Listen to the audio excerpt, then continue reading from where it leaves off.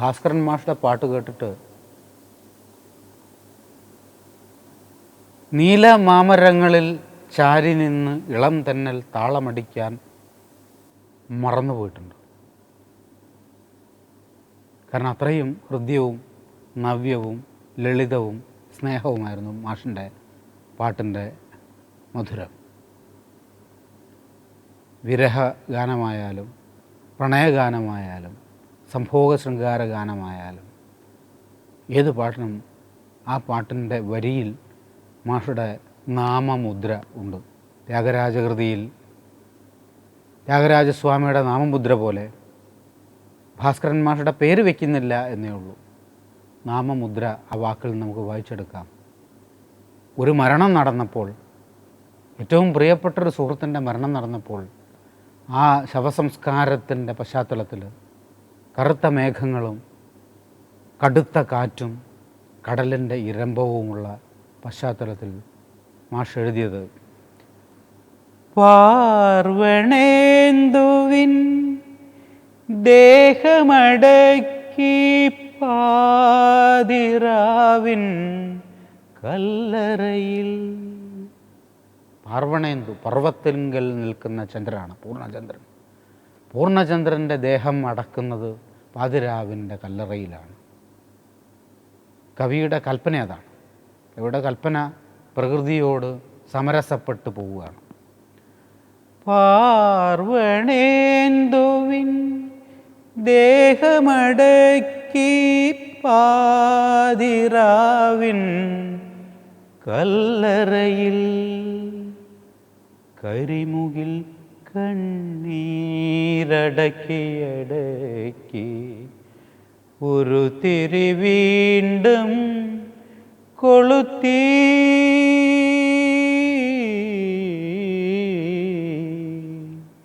പാവം ഒരു തിരി വീണ്ടും കൊളുത്തി. പാർവണേന്ദുവിൻ്റെ ശവസംസ്കാരം നടക്കുമ്പോൾ, പ്രിയപ്പെട്ട സുഹൃത്തിൻ്റെ ശവസംസ്കാരം നടക്കുമ്പോൾ, ഒരു മെയ്യും ഇരുമെയ്യും ഒരു കരളുമായി നടന്ന രണ്ട് ആത്മാർത്ഥ സുഹൃത്തുക്കളിൽ ഒരാൾ വിധി വിളിച്ചപ്പം മടങ്ങിപ്പോയപ്പോൾ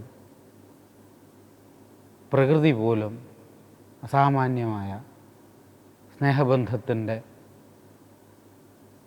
ദാർഢ്യത്തെ ഓർത്ത്, അതിൻ്റെ ഇടമുറുക്കത്തെ ഓർത്ത് കണ്ണ് നനയ്ക്കുന്ന പശ്ചാത്തലത്തിൽ പാർവണേന്ദുവിൻ്റെ ദേഹമടക്കുകയാണ്. പാതിരാവിൻ്റെ കല്ലറയിലാണ്. ഈ സുഹൃത്തിൻ്റെ, മരിക്കപ്പെടാതെ പോയ സുഹൃത്തിൻ്റെ മനസ്സിൻ്റെ കല്ലറയിലേക്ക് പാർവണേന്ദു എന്ന നായകൻ്റെ ശരീരം അടക്കപ്പെടുകയാണ്. അപ്പോൾ കരിമുകിൽ കണ്ണീർ അടക്കുകയായിരുന്നു. മഴ മാറി നിന്നു. മഴ നനച്ചില്ല, അച്യുതയെ നനച്ചില്ല. കാരണം ഒരു തിരി വീണ്ടും കൊളുത്താൻ കവി ക്ഷണിച്ചത്, ഭാസ്കരൻ മാഷ് ക്ഷണിച്ചത് മുകിലിനെയായിരുന്നു. എന്നിട്ടോ അകലയകലയ സാഗരവീചികൾ അലമുറ വീണ്ടും തുടരുന്നു. കടൽ കരഞ്ഞുകൊണ്ടേയിരിക്കുകയാണ്. അകലയകലയായി സാഗരവീചികൾ അലമുറ വീണ്ടും തുടരുന്നു. കറുത്ത തുണിയാൽ മൂടിയ ദിക്കുകൾ സ്മരണാഞ്ജലികൾ നൽകുന്നു. അലമുറയിടുന്ന കടലിൻ്റെ അക്കരയിൽ, അതിൻ്റെ പരിസരത്ത് കറുത്ത തുണിയാൽ മൂടിയ ദിക്കുകളാണ്. ആ പശ്ചാത്തലത്തെ അർത്ഥവത്താക്കുന്ന രീതിയിൽ ഇരുട്ടുകൊണ്ടും മുകിലിനെ കൊണ്ട് മറച്ച സൂര്യനെ കൊണ്ടും ദിക്കുകൾ സ്മരണാഞ്ജലികൾ നൽകുകയാണ്. എന്നിട്ട് അദ്ദേഹം പറയുന്നു, വിരഹവിധുരയായി, വിരഹം കൊണ്ട് വിഷാദിക്കപ്പെട്ടവളായി, വിരഹം കൊണ്ട് വിയർക്കപ്പെടുന്നവളായി, വിരഹം കൊണ്ട് വിറയുന്നവളായി, വിരഹവിധുരയായി, വിരഹവിധുരയായി മൂവന്തിയൊരു നവ വധുവായി നാളെ മണിയറ പോകും. കടന്നു പോയൊരു കാമുകൻ തൻ്റെ കഥയറിയാതെ കാത്തിരിക്കും. വിരഹവിധുരയായിട്ട് മൂവന്തി ഒരു നവവധുവായിട്ട് നാളെ മറ്റൊരു മണിയറയിലേക്ക് പോകും.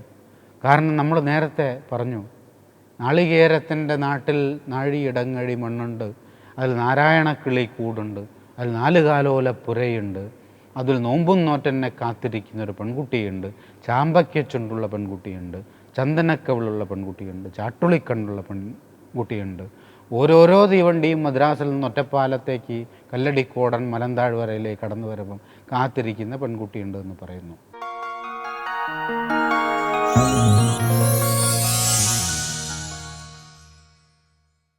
കോയമ്പത്തൂർ നമ്മളെ പേടിപ്പെടുത്തുന്ന ഒരു നഗരമാണ്. മദനിയും ബോംബ് സ്ഫോടനവും അതിനൊക്കെ അപ്പുറത്ത് കുറച്ചുകൂടെ കോയമ്പത്തൂരിൻ്റെ ഇൻറ്റീരിയറിലേക്ക് നമ്മൾ ചെന്നാൽ തുണിമില്ലുകളും തമിഴൻ്റെ ആസ്ഥാന ഗാനങ്ങളും ഇളയരാജയുടെ പ്രണയവും മലയാളിയുടെ ഇലക്ട്രിക്കൽ താല്പര്യങ്ങളും. കാരണം നല്ലൊരു വീട് വെക്കുകയാണെങ്കിൽ ആദ്യം പറയാം കോയമ്പത്തൂർ പോയിട്ട് ഇലക്ട്രിസിറ്റി സാധനങ്ങൾ വാങ്ങാനാണ് പറയുക. അപ്പോൾ കോയമ്പത്തൂർ മലയാളിയെ സംബന്ധിച്ചിടത്തോളം വളരെ കിഡ്നി പോലെ അല്ലെങ്കിൽ അവൻ്റെ രക്തധമനി പോലെ അവന് പ്രിയപ്പെട്ടതും വളരെ സ്നേഹമുള്ള ഒരു നഗരകേന്ദ്രമാണ്. എനിക്ക് കോയമ്പത്തൂർ നാരായണൻ്റെ നഗരമാണ്. എൻ്റെ അയൽവക്കക്കാരൻ നാരായണൻ്റെ നഗരം. നാരായണൻ കോയമ്പത്തൂരാണ് ജനിച്ചതും വളർന്നതും. നാരായണൻ്റെ അച്ഛൻ ബാലരാമേട്ടൻ പുത്തഞ്ചേരിയിലായിരുന്നു. അദ്ദേഹം ഉപജീവനാർത്ഥം കോയമ്പത്തൂരിലേക്ക് നാട് വിട്ടു പോവുകയായിരുന്നുണ്ടായിരുന്നു. അന്ന് നാട് വിട്ടു പോകാൻ പറ്റിയ സ്ഥലമാണ് കോയമ്പത്തൂർ. ഇന്നാരും നാട് വിട്ടു പോകാറില്ല. കാരണം നാട്ടിലെ സുരക്ഷിതത്വമില്ല, വിട്ടുപോയ സ്ഥലത്തും സുരക്ഷിതത്വമില്ല. പണ്ട് കുട്ടികളൊക്കെ 10ാം തരം തോറ്റാലും ജയിച്ചാലും നാട് വിട്ടുപോകുക എന്നൊരു ഫാഷനുണ്ടായിരുന്നു. നാരായണൻ്റെ അച്ഛൻ ബാലരാമേട്ടൻ കോയമ്പത്തൂരേക്ക് നാട് വിട്ടുപോയി. തമിഴ് അറിയില്ല, മലയാളം അറിയില്ല. പക്ഷേ അവിടെ ചെന്നൊരു ഹോട്ടലിൽ എച്ചിലെടുക്കുന്ന ആളായി, പിന്നീട് കാപ്പി സപ്ലൈ ചെയ്യുന്ന ആളായി, അവിടെ ചോറ് വിളമ്പുകാരനായി. അങ്ങനൊരു വരുമാനമൊക്കെ ഉണ്ടായി തുടങ്ങിയപ്പം നാരായണേട്ടൻ ഒരു സൈക്കിൾ ഷാപ്പ് തുടങ്ങി തൊട്ടപ്പുറത്ത്. നാരായണേട്ടൻ അവിടെ ഒരു തമിഴെത്തിയെ കല്യാണം കഴിക്കുന്നു, കനകാമ്പാൾ. 22-23 കൊല്ലത്തിന് ശേഷം ഒളിച്ചോടിപ്പോയ നാരായണേട്ടൻ പുത്തഞ്ചേരി വന്നപ്പോൾ കനകാമ്പാൾക്ക് മലയാളം അറിയായിരുന്നു, പുത്തഞ്ചേരിക്കാർക്ക് തമിഴ് അറിയില്ലായിരുന്നു. എന്താ തമ്പി കാപ്പി വേണമാ എന്നെന്നോട് ചോദിക്കും.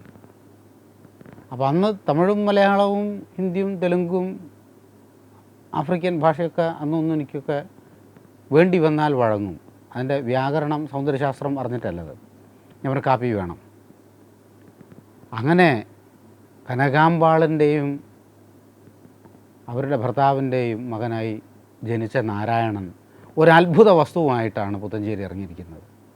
ഈ വസ്തുവിൻ്റെ പേരാണ് സൈക്കിൾ. 2 നല്ല ടയറുള്ള, കണ്ണാടിയുള്ള, മുമ്പിൽ ബാക്കിൽ ഡൈനാമോ പിടിപ്പിച്ച ഒരു വയറുമൊക്കെ ആയിട്ട് ഇങ്ങനെ മുന്നിൽ ചെന്നവർ അതിൻ്റെ ഒരു ലൈറ്റ് കത്തും.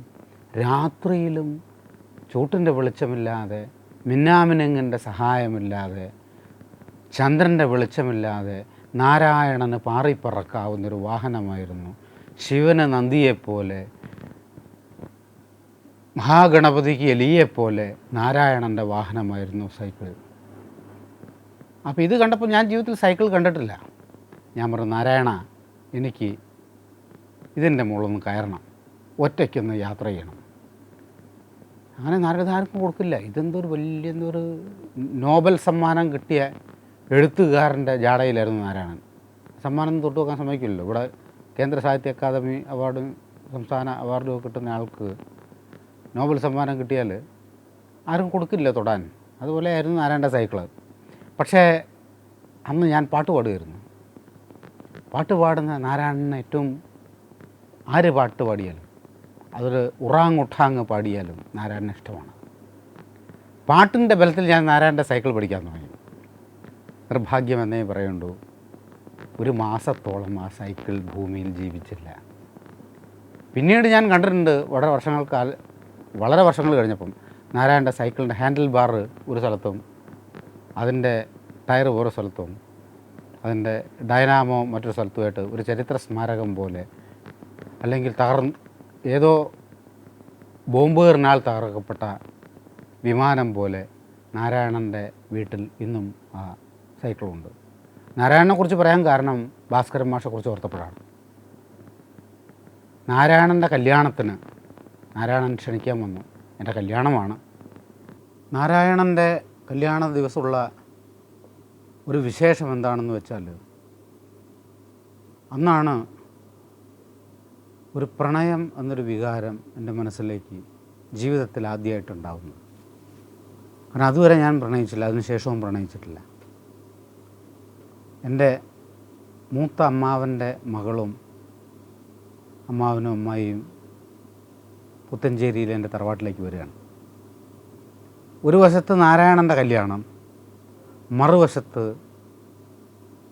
എല്ലാവരും പറഞ്ഞ് മോഹിപ്പിച്ചിട്ടുണ്ട് എൻ്റെ മുറപ്പെണ്ണാണ് അവൾ നിനക്കുള്ളതാണെന്ന്.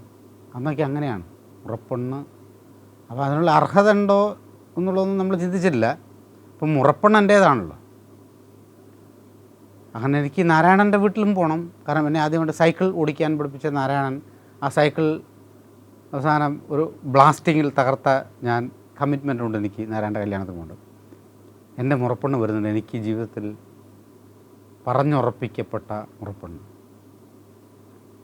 ഈ രണ്ട് ചെകുത്താനും കടലിനും ഇടയ്ക്കാണ് ഞാൻ ആദ്യ കാമുകിക്കും ആദ്യത്തെ സൈക്കിൾ കമ്മിറ്റ്മെൻറ്റുള്ള നാരായണനോടക്കി. അപ്പോൾ ഞാൻ ഇടയ്ക്ക് നാരായണൻ്റെ വീട്ടിൽ പോകും, അവിടുത്തെ കാര്യങ്ങളൊക്കെ ഒന്ന് അന്വേഷിക്കും. നേരെ ഇവിടെ മുറപ്പെണ്ണ് വന്നോന്ന് അന്വേഷിക്കും. രണ്ടിടവഴിൻ്റെ അപ്പുറമാണ് വീട്. എന്നാൽ അത്ഭുതത്തിന് അവരുടെ കാറ് വന്ന് നിൽക്കുകയാണ്. കാറൊക്കെ അന്ന് പുത്തഞ്ചേരി വരിക എന്ന് പറഞ്ഞാൽ വലിയ പ്രശ്നമാണ്. അതൊരു ഫിയറ്റ് കാറുണ്ടായിരുന്നു. വന്നപ്പോൾ നാരായണൻ്റെ വീട്ടിൽ നിന്ന് ഞാൻ ഇറങ്ങുന്നത് ഇവിടെ കാറിൻ്റെ മുമ്പിലേക്കാണ്. എൻ്റെ ആദ്യത്തെ ഞാൻ മോഹിച്ച പെൺകുട്ടി. അവൾക്ക് അന്നും അറിയില്ല ഇന്നും അറിയില്ല ഞാൻ മോഹിച്ചിരുന്നു എന്ന്. അന്നറിഞ്ഞിരുന്നെങ്കിൽ അവൾ മാനനഷ്ടത്തിന് കേസ് കൊടുക്കുകയായിരുന്നു. ഇന്നും ഞാൻ കേൾക്കുന്നൊരു പാട്ടുണ്ട്, അത് ഭാസ്കരൻ മാഷുമായിട്ട് ബന്ധപ്പെട്ടൊരു ഓർമ്മയാണ്. വൃശ്ചികപ്പൂനിലാവേ പിച്ചകപ്പൂനിലാവേ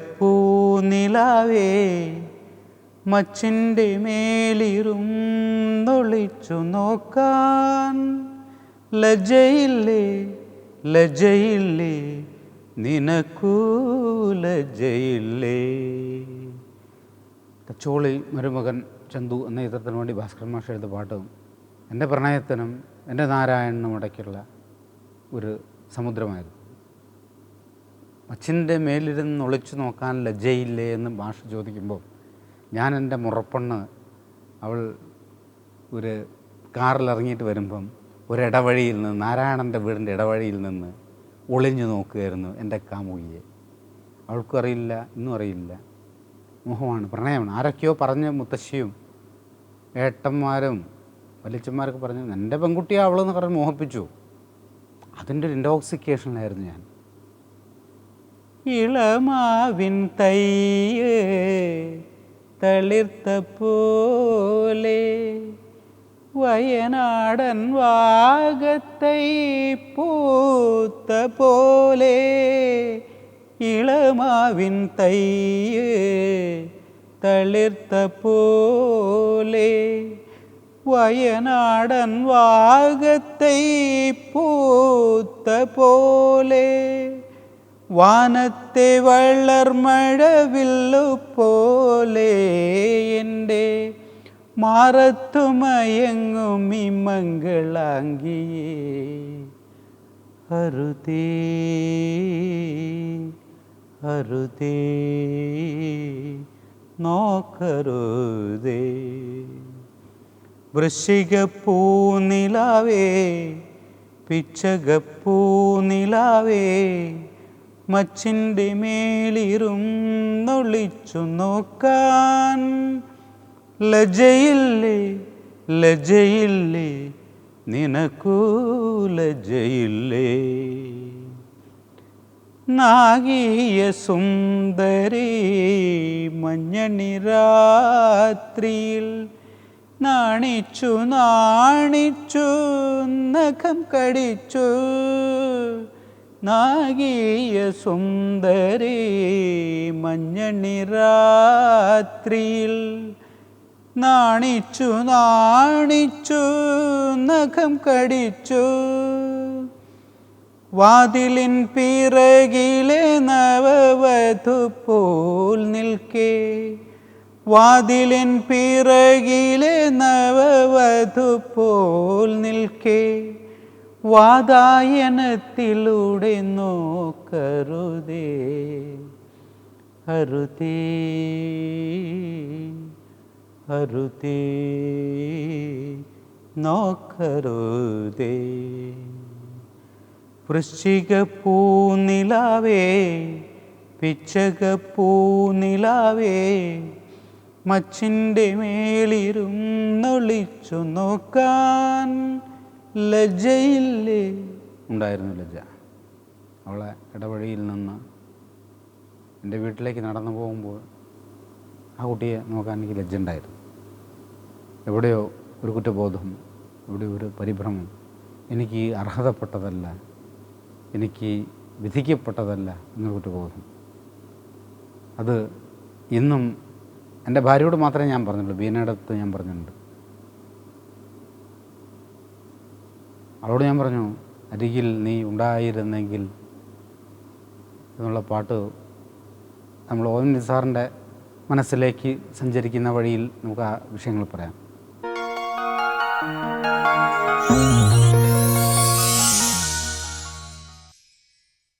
ഭാസ്കരൻ മാഷ് മനസ്സിൻ്റെ കണ്ണാടിയിലേക്ക് വരച്ചു വെച്ച ഒരു പൂവുണ്ട്. അത് പൂവാണെങ്കിലും തൊട്ടു നോക്കിയാൽ നമുക്ക് മനസ്സിലാവുന്നത് ഒരു കണ്ണീരാണ്. വളരെ ചെറുപ്പത്തിൽ ഞാനും എൻ്റെ പെങ്ങളും ജലജേച്ചി ഞങ്ങൾ 2-3 വയസ്സിൻ്റെ വ്യത്യാസമേ ഉള്ളൂ. ഇടത്തിയാണ് എൻ്റെ അസലായി പാടും. ഞങ്ങൾ പാടി വെറുതെ കരയുന്ന ഒരു പാട്ടുണ്ട് ഭാസ്കരന്മാർ. അതെന്തിനു കരഞ്ഞു എന്ന് ചോദിച്ചാൽ, അമ്മ ദൂരെ അമ്മയുടെ വീട്ടിലാണ്, അച്ഛൻ പുത്തഞ്ചേരിയിലാണ്. സന്ധ്യാസമയത്തൊക്കെ ഞാനും എൻ്റെ ചേച്ചി ഒറ്റപ്പെടും. കുട്ടികളാണ് ഞങ്ങൾ. ഒരു കൂമൻ മൂളിയാൽ പേടിയാണ്, ഒരു കുറുക്കൻ നിലവിളിച്ചാൽ പേടിയാണ്. അതും വളരെ റിമോട്ടായ ഒരു സ്ഥലമാണ്. സന്ധ്യാസമയമൊക്കെ ആകുമ്പോഴാണ് അമ്മയെ ഓർമ്മ വരിക. വളരെ പേഴ്സണലായിട്ടുള്ള ചില കാര്യങ്ങളാണ്, അത് പിന്നീട് നമുക്ക് പറയാം. അമ്മയെ കാണാൻ കൊതിയാവും. ചെറിയ കുട്ടികളാണ്. അച്ഛനെ കാണാൻ കൊതിയാവും, ഏട്ടനെ കാണാൻ കൊതിയാവും. ഏട്ടൻ വേറെ സ്ഥലത്ത് പഠിക്കുകയാണ്. ഞങ്ങൾ ഈ 2 ലവകുശന്മാർ സങ്കടത്തിൻ്റെ സന്ധ്യയ്ക്ക് ഒരു ചെറിയ വിളക്കം കത്തിച്ചിരുന്നിട്ട് പുത്തഞ്ചേരി എന്ന വിദൂര ഗ്രാമത്തിൻ്റെ വീട്ടിൻ്റെ മുറ്റത്തിരുന്നിട്ട് 2 ചെറിയ ബെഞ്ചുണ്ട്. ഞങ്ങൾ പാടും, ദേവാ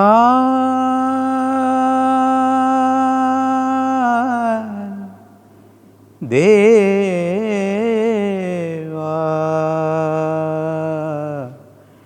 ദേവാ. ബാബുക്കയുടെ പാട്ടാണ്, ഭാസ്കരൻ മാഷയുടെ പാട്ടാണ്, ജാനകിയമ്മയുടെ പാട്ടാണ്.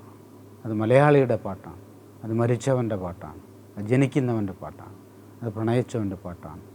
ഏത് നൂറ്റാണ്ടുകളിലും അവസാനം ബ്രഹ്മകൽപ്പത്തിലേക്ക് പ്രപഞ്ചം ഒരു നൂലിഴയിലേക്ക് ഇറങ്ങിപ്പോകുമ്പോൾ ഉള്ള പാട്ടാണത്. താമരക്കുമ്പിളല്ലോ മമ ഹൃദയം, അതിൽ താതാ നിൻ സംഗീത മധുപകരൂ. താമരക്കുമ്പിളല്ലോ മമ ഹൃദയം, അതിൽ താതാ നിൻ സംഗീത മധുപകരൂ. എങ്ങനെ എടുക്കും നീ, എങ്ങനെ വളർത്തും നീ, എങ്ങനെ നിന്നാജ്ഞ നിറവേറ്റും ദേവാ.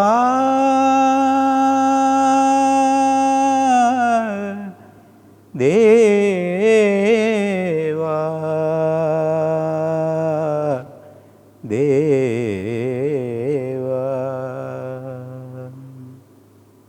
പല്ലവി പാടി കണ്ണ് നനയുമ്പോൾ ആരാദ്യം ചരണം പാടും? നീ പാടാൻ അവൾ വെറുതെ കരയാൻ വേണ്ടിയുള്ള പാട്ടാണേ, ഒരു കാര്യത്തിനുമല്ലത്. കരഞ്ഞതിന് നോബൽ സമ്മാനമൊന്നുമില്ലല്ലോ. വെറുതെ എന്തൊക്കെയോ അടക്കിപ്പിടിച്ച രണ്ട് കുട്ടികളുടെ സങ്കടമാണത്. ഒന്ന് നനഞ്ഞെങ്കിലേ കണ്ണ് ഉറങ്ങാൻ പറ്റുള്ളൂ. കാനനശലഭത്തിൻ കണ്ഠത്തിൽ വാസന്ത കാകളി നിറച്ചവൻ നീയല്ലോ. കാനനശലഭത്തിൻ്റെ കണ്ഠത്തിൽ വാസന്ത കാകളി നിറച്ച ഭാസ്കരൻ മാഷുടെ വിരൽത്തുമ്പ് നമ്മൾ വെട്ടിയെടുത്തിട്ട് ഒരമ്പലം പണിയണം, ഗുരുവായൂരപ്പനെ പോലെ വിഗ്രഹമാക്കണം. ആ എഴുതിയ വിരൽത്തുമ്പ് കാനനശലഭത്തിൻ കണ്ഠത്തിൽ വാസന്ത കാകളി നിറച്ചവൻ നീയല്ലോ. നിത്യസുന്ദരമാം ഈ ലോകവാടിയിൽ ഉദ്യാനപാലകൻ നീയല്ലോ. ദേവാ